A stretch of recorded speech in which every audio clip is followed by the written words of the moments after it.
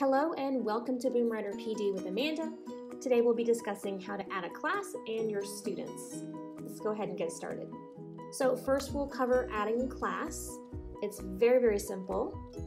So in your dashboard you just click on New Class, name your class, hit Create, and you are ready to roll. Super easy. If you need to repeat to add another class, simply go back to your dashboard and repeat the process to add as many classes as you need that fits your schedule. From there, you can begin adding students. Adding students is relatively simple, and there's a few ways that you can go about doing this. So go into the class where you'd like to add your students and click on the Students tab. You'll see the Add Students drop down and 4 separate choices. So there's many ways that you can go about adding students. To create a new student manually, you just simply type in the name, the grade level that student will be joining.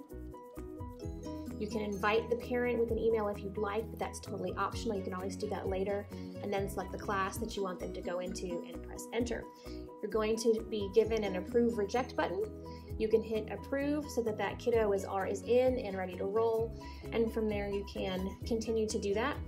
If you have existing students, you can select that option. You can sort by grade level and then simply add them over into your class as needed. And there they are, ready to go. Another option you have would be to upload a CSV file. This is very simple, and when you click on that button, it's going to give you step-by-step instructions on how to do that, how to format your Google Sheet or your Excel sheet in order to make sure that it's appropriate. When it's ready, you will click Choose File and upload it from there, and that will upload for you into the students and make it super easy for you.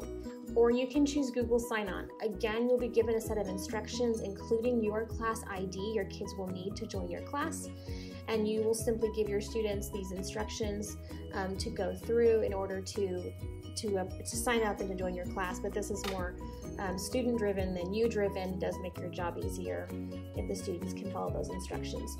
So when they log in, they'll enter your class ID, and that will connect them to your class.